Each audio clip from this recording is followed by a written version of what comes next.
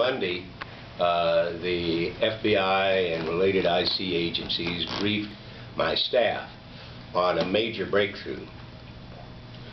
Abdulmutallab had started talking and was starting for the first time to reveal real information about what went on in Yemen. And this they regarded as a huge breakthrough, because no matter what Gibbs said at the time, they didn't get all the information they needed in the first 50 minutes.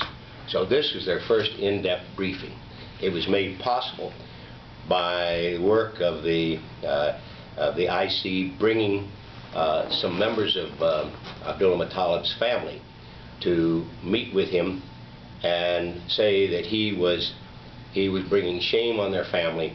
To pursue violence as he did was haram, or forbidden in Islam. And he started talking, and he gave us valuable information. Now, what the briefers told my staff and Senator Feinstein at the time was, this cannot come out, because we must have the opportunity to follow up on these leads. Once the fact that he's talking is known, then all of the sources will scatter, they'll go to ground, and we will not be able to do an effective job of following up with our operations on the ground to go after them. So I was coming back from the China hub meeting. When I landed, the FBI director, good friend Bob Mueller, called me and said, "I've got very important things to tell you." I said, I got the idea. He said, "It is so sensitive, it must not come up in the hearing tomorrow. And we cannot get this information out." Well, near the end of the hearing, this was the open threat hearing with the leaders of the IC there,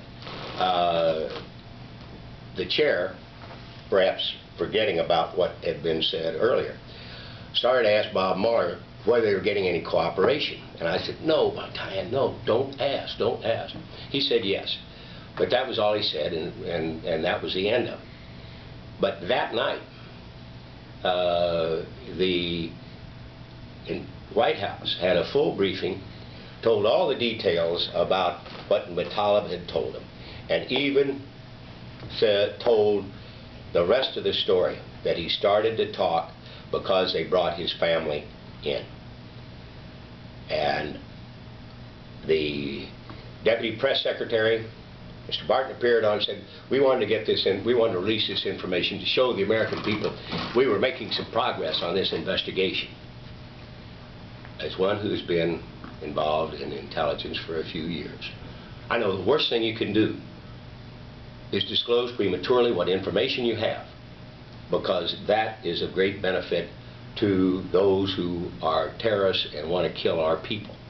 And we know from what was said there that we can expect several more attempts, a number of more attempts, nobody knows how many, coming probably from Yemen. And this fella knew the people, knew the places, knew some of the colleagues that he had. They disclosed that, and I wrote to the president and I said, you know, your people told me that we must not get into this, yet you have a full briefing for the press and tell them all the details, including Abdulmutallab's family.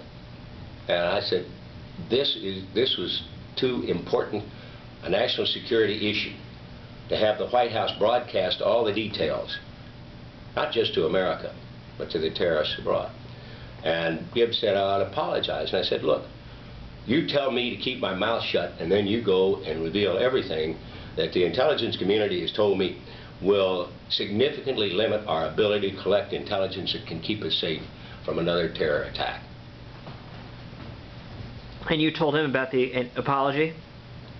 Told who? Gibbs. Gibbs wanted you to apologize. Oh yeah, I told him to stuff it.